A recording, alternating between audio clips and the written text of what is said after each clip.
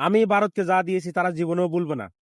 আর বাংলাদেশের বেলায় হলে রিক্ত আমি, সিক্ত আমি, দেওয়ার কিছু নাই, আছে শুধু ভালোবাসা, দিয়ে গেলাম তাই। সাবেক প্রধানমন্ত্রী শেখ হাসিনার এই কথাগুলো সবার মনে আছে। আমরা সবাই জানি বর্তমানে ভারতে পেঁয়াজ ব্যবসায়ীদের একটা হাহাকার চলতেছে। দাম পাচ্ছে না, পেঁয়াজ পচে যাচ্ছে, রাস্তায় ফেলে চলে যাচ্ছে। এটা কেন? এটা হচ্ছে বাংলাদেশ ভারত থেকে পেঁয়াজ আমদানি করতেছে না। কারণ বাংলাদেশে পেঁয়াজের বাম্পার ফলন হয়েছে এবার, অনেক পরিকল্পনার পরে। আগেও হতো আসলে, কিন্তু আগে হওয়ার পরেও কি হতো বাংলাদেশে, এক তৃতীয়াংশ আসলে 3 ভাগের 1 ভাগ পেঁয়াজ আসলে নষ্ট হয়ে যেত। এটা পরিবহনে বলেন, এটা হচ্ছে সংরক্ষণের অভাবে বলেন, সঠিক পরিকল্পনার মানে অভাবে বলেন, আরো অনেক কিছুর কারণে আসলে 1/3 পেঁয়াজ নষ্ট, এটা বাস্তবতা কিন্তু। কারণ পেঁয়াজ একটি পচনশীল পণ্য, যার কারণে আসলে নষ্ট হয়ে যেত। আছে রাজনৈতিক দলগুলা, ওই বিশেষ করে আওয়ামী লীগের আমলে, ওদের আমলে হচ্ছে কি দেখেছি, ওই যে ভারত থেকে আমদানি করার জন্য বেশি দামে, ভারতকে একটু খুশি রাখার জন্য, বাংলাদেশে পেঁয়াজ থাকা সত্ত্বেও কিন্তু বাংলাদেশের পেঁয়াজ ব্যবসায়ীরা আগের আমলে কিন্তু কষ্ট পেয়েছে। তারা কিন্তু যথাযথ দাম পায়নি, কিন্তু ভারত থেকে ঠিকই ওই পেঁয়াজ আমদানি করা হয়েছে বেশি দামে। এরপরও কিন্তু ভারত কি করেছে বাংলাদেশের সাথে, সেটা আপনারা জানেন। আরো বেশি দাম বাড়ানোর জন্য বলেছে। বর্তমানে মানে পেঁয়াজ হচ্ছে তাদের অ্যাভেলেবেল নাই, স্টক নাই, যার কারণে পেঁয়াজের দাম আরো বাড়িয়ে দিয়েছে। এবং মাঝে মধ্যে কিন্তু পেঁয়াজ রপ্তানি তারা বন্ধ করে দিয়েছিল। বাংলাদেশে পেঁয়াজের দাম প্রচুর বেড়ে গিয়েছিল। ভাই, আপনি আরেকজনের জন্য গর্ত করবেন, বছরের পর বছর, বছরের পর বছর, যুগ যুগ ধরে আপনি ওই গর্তের মধ্যে একবার আপনার পা পড়বে না, এমন তো হতে পারে না। ভারতের যেই যেই পাতানো ফাঁদ ছিল, যেই ভারতে বাংলাদেশের জন্য যে গর্ত করেছিল, ওই গর্তের মধ্যে তারাই কিন্তু এখন নিজেরাই পড়ে গেছে। বাংলাদেশ আস্তে আস্তে পেঁয়াজে স্বয়ংসম্পূর্ণ বলবো না, মোটামুটি হচ্ছে বাংলাদেশের আমদানি করার মতো আর কোনো দরকার নাই, আমদানি করার দরকার নেই বর্তমানে। যদি এই দ্বারা অব্যাহত থাকে, বাংলাদেশ ভবিষ্যৎ দ্বারা রপ্তানি করতে পারবে। তো ভারতের পেঁয়াজ হচ্ছে কিন্তু 4/3 কিন্তু বাংলাদেশে রপ্তানি হতো আগে। বাংলাদেশ আমদানি করতো ভারত থেকে 4/3 ভারতের মোট উৎপাদিত পেঁয়াজের।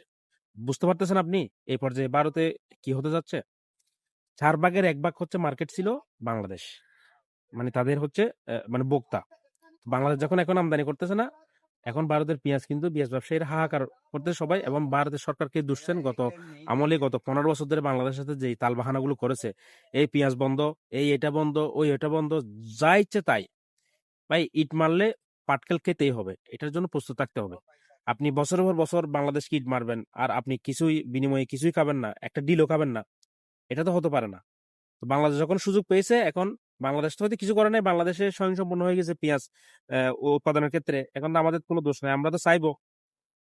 আসলে বাংলাদেশে যে পেঁয়াজ, মরিচ বলেন, পেঁয়াজ, তারপর হচ্ছে যে আরো যেগুলো ভোগ্যপণ্য, নিত্য প্রয়োজন, এগুলো আসলে আমদানি করার প্রয়োজন হয় না যদি সঠিক আপনার পরিকল্পনা, হ্যাঁ কিছুটা হচ্ছে দরকার হতো যদি সঠিক পরিকল্পনা থাকতো আসলে আগে।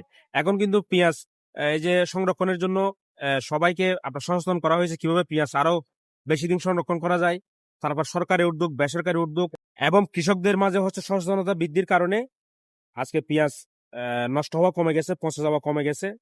এবং সারা বাংলাদেশে এই পেঁয়াজের ভালো দাম পাচ্ছে বর্তমানে। এখন 120 টাকা, 30 টাকা ধরে বিক্রি হচ্ছে, এবং কৃষকরা যতটুকু দেখতে পাচ্ছি, প্রান্তিক কৃষকরা কিন্তু 80 থেকে 90 টাকা করে পাচ্ছে।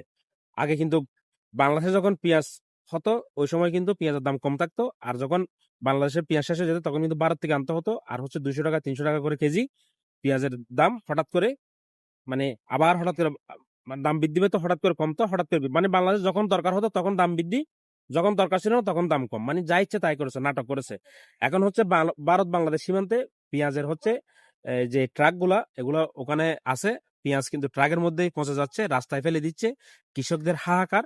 ঠিক আছে, এই যে এত কষ্ট করে পরিশ্রম, ভারতের কৃষকদেরকে বলবো আপনাদের সরকারকে ধরেন এই বিষয়ে, আপনাদের সরকার এই ক্ষেত্রে ম্যাক্সিমাম দায়ী। এই যে দেশগুলোর সাথে মানে একটা বাহাদুরি দেখাতে গিয়ে, একটা কর্তৃত্ব দেখাতে গিয়ে, একটা সরকারের প্রতি, একটা দলের প্রতি অতিরিক্ত অতিরিক্ত হচ্ছে নির্ভরশীল মানে হতে গিয়ে আজকে এই অবস্থা এই ভারতের প্রান্তিক কৃষকদের।